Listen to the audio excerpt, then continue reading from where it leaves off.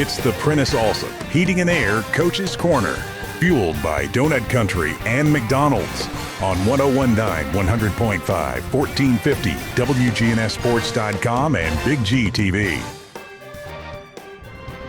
And we welcome you back to the Prentice Allsup Heating and Air Coach's Corner. John Dingett's here with you. A reminder that this portion of the show brought to you by Prentice Allsup Heating and Air, family owned and operated since 1977. Get the best service with Prentice Allsup Heating and Air online at PrenticeAllsup.com. And guest joining me this morning is Floyd Walker, the head coach of the Eagleville Eagles. And disappointing, I know, but Coach, nothing to be ashamed of. Really a great effort, and you were in that game and had the lead for a lot of it. Well, first of all, welcome back to you. Oh, okay? Well, thanks. Yeah, we're glad you're off the IR list and back here with us. But it's like you said, yeah, I'm proud of the way our kids battled. We led most of the game, probably until somewhere in the third quarter, somewhere in that neighborhood, 7-6, and I thought our kids competed. I thought we went into that ball game. I thought we tried to match their athleticism. We tried to match their physicality. We didn't take a step back from them. It was a great heavyweight football game last night. I tried to describe. I've been to Memphis maybe twice for football. Right. It is not an easy drive. It's something that there's nothing to look at if you're on the bus driving. I mean, no disrespect to the Memphis area, but tell me a little bit about how you handled that before we get into the game situation. But got to leave early. There's a lot to it. There's a lot to it. There's a lot of things as far as, number one, getting transportation. Number two, figuring out where you're going to have your pregame meals at, because you can't do it at school like you normally do. Three is one of those deals where you figure out, they need a snack, or you got to feed them something after the ball game, and those type of things. But I mean, as far as the trip goes, I tell you the way I tell everybody else. I think the adults make more out of the trip than the kids do.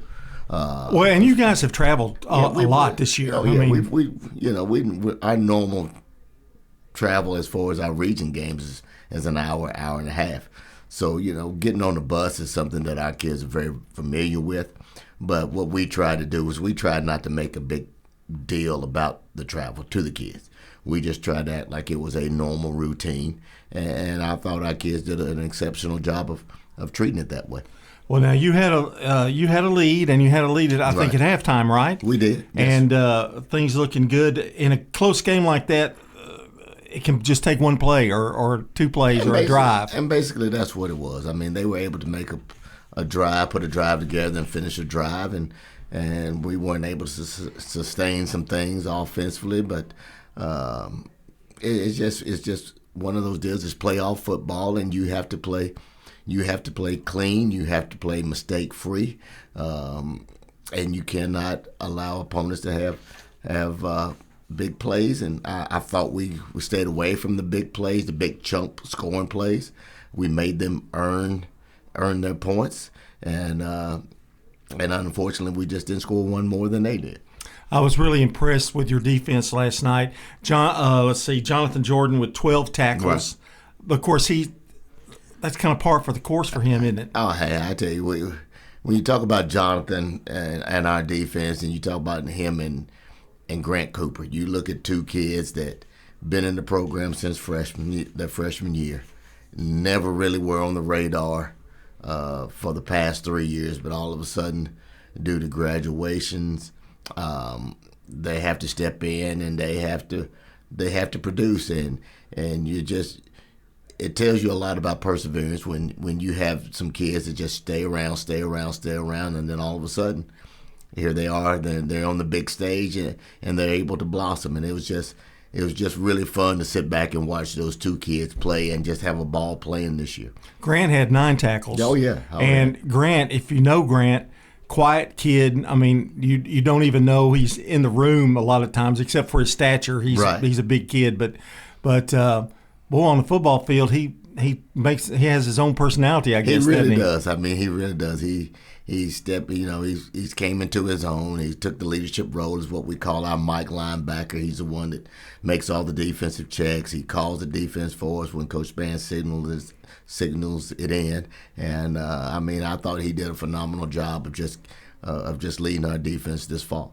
They've kind of done it all year, and you just mentioned it. Yeah. I mean, Grant and Jonathan. I mean, they've kind of been the spearheads of the defense. And wow, boy, that dragon's breath is intimidating. We're going to replace them here in a minute, but I ain't gonna worry about that today. How do you plan to dodge it this time? Don't hold back on your strategy. Carries for Jordan with 100 yards as well. I thought Jonathan did a great job of running the football last night. I thought Thomas Solomon did a great job of running the football last night. I thought they ran hard. It was running the football and finding yards was very difficult last night based off of Middle College's defensive front. I thought their defensive front was big, athletic, physical. But I thought our kids did a super job as far as finding space, taking the 3 yards, taking what they're giving them, and I thought our offensive line really battled up front. It was kind of like a little smash mouth football game, like in the old days, when we used to have those 14-7 scores and that kind of thing. It was pretty much that way because they wanted to run the ball, we wanted to run the ball. Both teams wanted to control the clock, and it was one of those deals you're talking about: 3 downs and a cloud of dust. It was that kind of throwback type of game last night. A lot of teams have gone away from running the football, and a lot of times I know some of their high school teams are just not equipped to run it. But really, you believe in that philosophy. That's the thing, and I think that will always be. And you even see in the NFL now where they're going back to the run, right. And you know how running backs have been kind of like don't pay them very much because well, I see signs that's kind of a resurgence because running the football opens up the passing. Running the football opens up the passing game, but what it does, it takes pressure off your defense. Mm-hmm. If you can run the football, you can control the clock, and then you can finish drives, then what ends up happening is when time isn't on your side, it forces you to make a decision. Do you want to continue trying to be a running football team, or do you want to, try to play catch up? So that's what you try to do. You want, or just put it this way: if you got the ball and you're scoring points and they don't, your chances of winning go up. You scored rather early in the ball game, got up 7-0. At that time, did you think it was going to? Did you kind of have a feel of what kind of game this was going to be? I did. Yeah. I thought it was going to be a field position game. I thought it was going to be a deal to where if you could hit a couple of big plays and get up, that you'd have an opportunity to maybe come out with a win. But granted, you give them credit. You take your hat off to their kids and their coaching staff. I mean, they did a super job, and they made some adjustments defensively. We didn't really make an adjustment and capitalize on some stuff, but it's just one of those deals to where it just wasn't your night.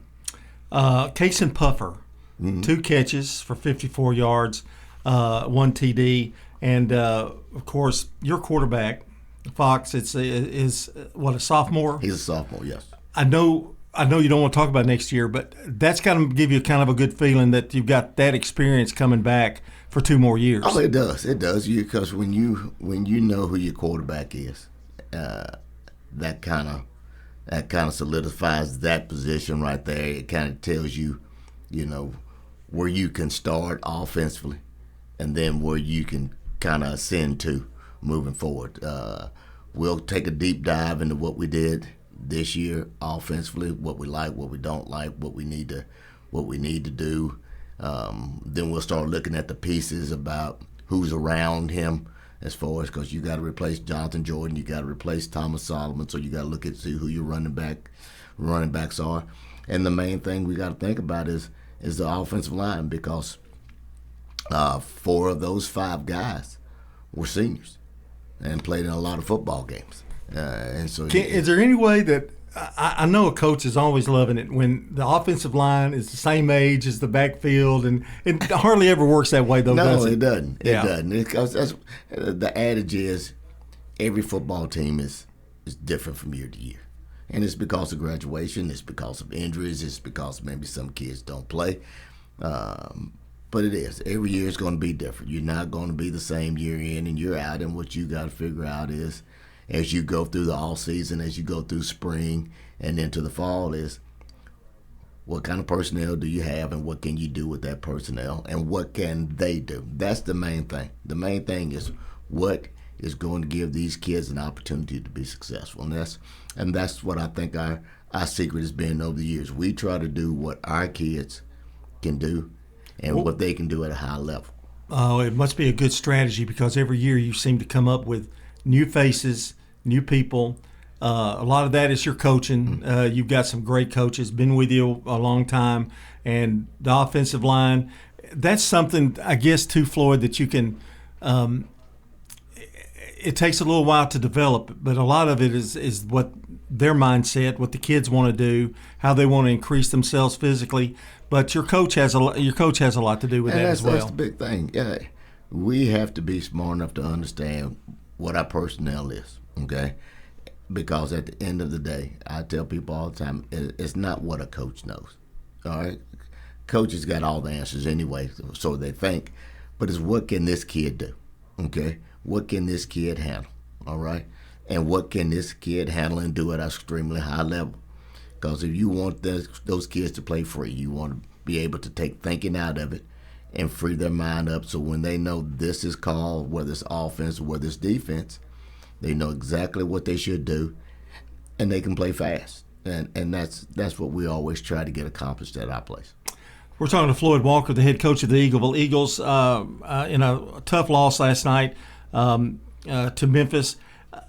I saw middle college. I'm trying to figure out what middle college means, but I guess that's like a junior high of well, I tell you high what, school. We talked to people about that yesterday down in Memphis, and what they're saying is basically what this school is.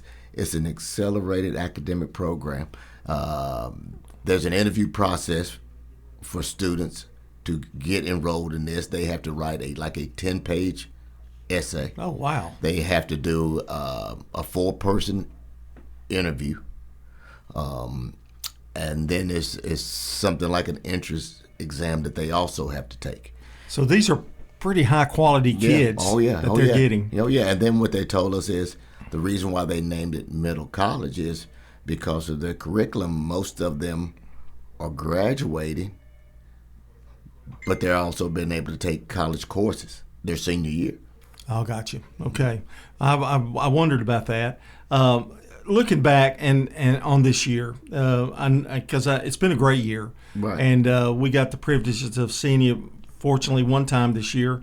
Looking back at this past year, I know there's been some highs and lows, but gosh, what are the memories you take of this group particularly, especially the senior class? I mean, we talked about it last night. It's one of those deals to where you're going to miss the laughs with this senior group. You talking about people like, and there's some kids, the seniors that you don't ever hear their name called. One kid is a kid named Parker Futrell. Parker Futrell is a senior, was with us for 4 years, and it's like he and I talked last night. I know you didn't get to play as much as you would like. Okay, God just didn't bless him with all that ability, but what he's done is he stayed the course, and he shows up every day. He gives us 100%. All of his teammates think the world of him. He's got all of their respect, and it's the thing that you told him, that I told him last night. Man, I just hope that we helped you be a better man. And and those are the things that you're going to miss. It's just the conversations that you have with these kids. Is that the greatest thrill you get, really? I mean, I know the wins and losses, but you're going to have those. Oh, absolutely. Absolutely, because I told Crimson Armstrong. Crimson Armstrong came in as a freshman, walked into the weight room in the summertime, scared to death, stood behind his mama. Okay? Wasn't real sure this is what he wanted to do. And now he'll probably tell you the best decision he's ever made in his life was coming to Eagleville and playing football. And he got a little bit banged up last night, but Crimson's one of those kids that he's already enlisted into the Marines, so You just think about where he was and where he's at and where he's going, and you just hope that you had a small part to do with it. It's just amazing the change in him from the time you get him as a freshman Right. to a senior, and gosh, you get to spend all that time with him. And to be honest with you, you're with them a lot. We are, and that's the great part about being at a place like Eagleville is we're with them a lot, whether it's in a classroom, in the lunchroom, or at practice. And with the numbers that you have, you're able to spend time individually and get to know each one of them. Because also when you have over 100 and something kids, you probably know all of them, but you probably don't get to spend as much time as you would like to talking to each and every one of them. And we just spend a lot of time just shooting the breeze. I mean, sometimes you'll be amazed at some of these conversations that we have and the theories that these kids have. So, amen. I wanted to mention before this time is up about the fans. Our trip down there and to do the game on the radio, it's just like going to a Sunday church meeting. I mean, everybody's got their seats. Everybody, it's kind of like it's something I've never seen before. It's like they've got their little lounge chairs out there. Right. Some of them have this certain spot. They know when the concession stand is going to be hard to get to. I mean, it's amazing. But now Erica, I know, tried to get a bus up and was getting a bus up to try to go. I think it made it. Yeah. And that's unbelievable, the fan support, because it wasn't cheap either. But I mean, to have that kind of intensity from your fans, I guess is what I'm saying, is a real gosh, you just can't beat it. No, you can't beat it, but it don't surprise you about Eagleville. No. It really doesn't. I mean, our people are wonderful to our kids. They are fantastic. If these kids need support, whether it's just cheering on or well, financially, our community jumps in and dives into it and just gets behind these kids. It's really, really appreciated from our standpoint, and like you said, there's nothing like it, especially and I don't know what anybody else in Rutherford County is like, but at our place we really think we got something special, and it's not just football. I think it involves anything that's got Eagleville's name attached to it. Well, I do know I sat out in the stands for a few minutes before the game started, which was making Brian very irritated. But just seeing a lot of people, you know, and you're a legend though. So I'm not about it. But Bobby was out there, and we sat and talked for a while, and boy, it's just a good feeling, and it's amazing, the crowd. All right, now we'll get into this. I know when we talk about the team as itself. Your coaches have been with you for a long time. Yes. What's the key? What is the key? Why are they still there? Because I know some of them can probably get offers, because you've got some really good coaches. We really do have a good coaching staff. And, I mean, I think it's the overall community. 2, I think it's the kids that we have in our program. It's still one of those deals where values are important. Yes or no, sir, it's still valued in our program. Wearing hats in building or not wearing hats in building is still appreciated in our program. It's the little things, isn't it? It is, and that's one of those deals to where you can coach kids to try to help them be better people.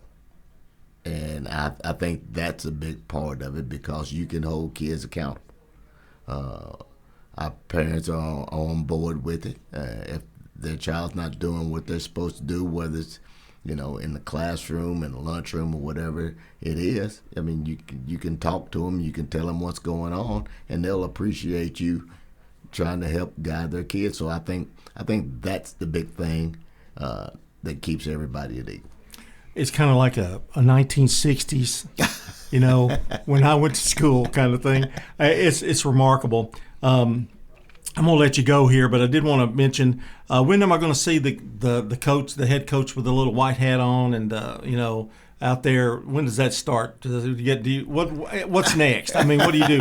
Weight room is next. I mean, I always get a thrill driving through there, and I see the man with a little white hat on. I know we're doing football. Well, next thing we're gonna do is we're gonna give them some time off. We got pretty banged up the last couple of weeks, and we got pretty banged up again last night, and so these kids need some time away, and they need to get healed up. Some of them have weightlifting classes, so we'll lift a little weights during classes. But we got Thanksgiving coming up, and I think in 2 weeks, then we'll start and getting ready for Christmas break and exams and everything. So we'll probably just let them get rested up, and we'll probably start back up after Christmas in January. Weight room, I guess too. Well, we may have to crank up a little bit earlier since we're gonna be so young, offensive line and defensive line. Another challenge. It's another challenge every year, though. It is, but it'll be a fun ride. Yes, sir. It'll be a fun ride. Floyd, always a pleasure talking to you. I'm glad I was able to end up the year with you guys and be the last one you get to talk to. So I appreciate that, man. We thank y'all so much, and we thank all the parents and all the seniors that's been in our program this year, and it's one of those deals where we like to tell them, hey, man, we're not saying bye. It's going to be one of those deals we just see you later. We got basketball season. I'll see you at some of the games. Yeah, you'll see me some of the games, Yeah. Floyd Walker, head coach of the Eagles. Another successful year for them. This portion of the show has been brought to you by Lascassas Feed Supply, locally owned and operated by Coy and Jennifer Young, specializing in animal feeds, premium pet foods, farm supplies, and more. We're going to take a break, and we'll be right back.